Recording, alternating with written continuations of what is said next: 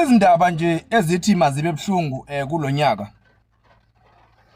ilezi zokuthi icontract kaGeneral Nhlanhla Mkhwanazi wakhona la kwaZulu Natal iyaphela.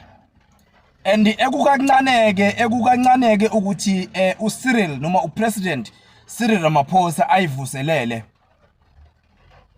ngoba even naye igama lakhe lavela lapha kuMadlanga Commission.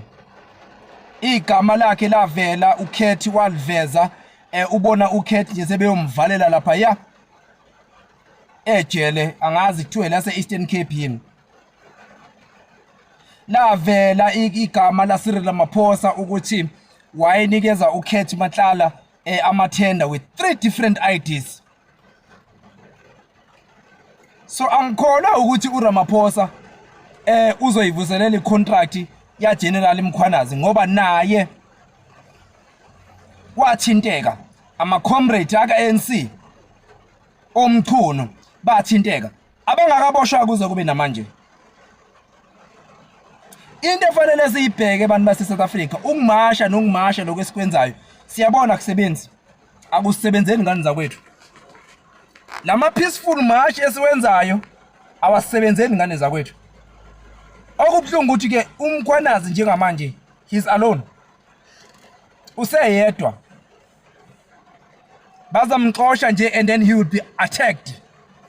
Yawazi mina ama comrade lawo. Yawazi ama comrade akagogo they are coming after uMkhwanazi. Yona into ebhlungu ke lesi yabantu bale South Africa nilindile nakhona ukuthi baze kukuphele icontract ya General Mkhwanazi bengaboshiwe omchuno. Bengaboshiwe oJulius Mkhwanazi. Bangaboshiwe bonke laba bavele kuMadlanga Commission.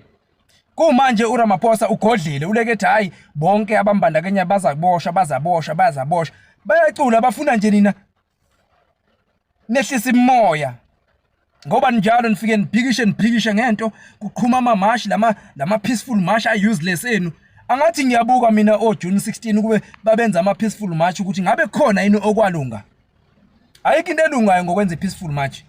Sisuke si waste isikhathi nisimoshela isikhathi ngalonto. Nisimoshela energy kahle ama peaceful march lawa kahle ayacontrolwa mina mengwabheka.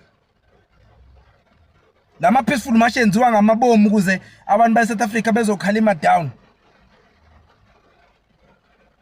Namanje nilinde kuze kuphele icontract ya General Mkhwanazi kungakaboshwa umuntu omchuno bengakaboshwa.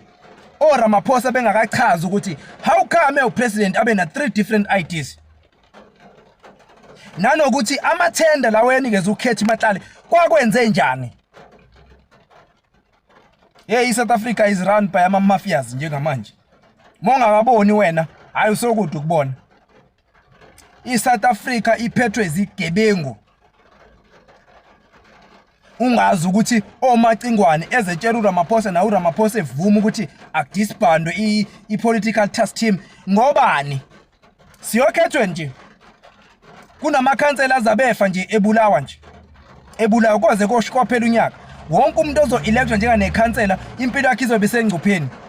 Bese siba nabantu abaqeda nge-political task team la eSouth Africa. Ayasazi ngane zakwethu. Manisalele ngalendlela le kudlalwe ngane ngalendlela bese niloni khohliswa ngalabantu abenza ama peaceful march ngeke lilungizwe.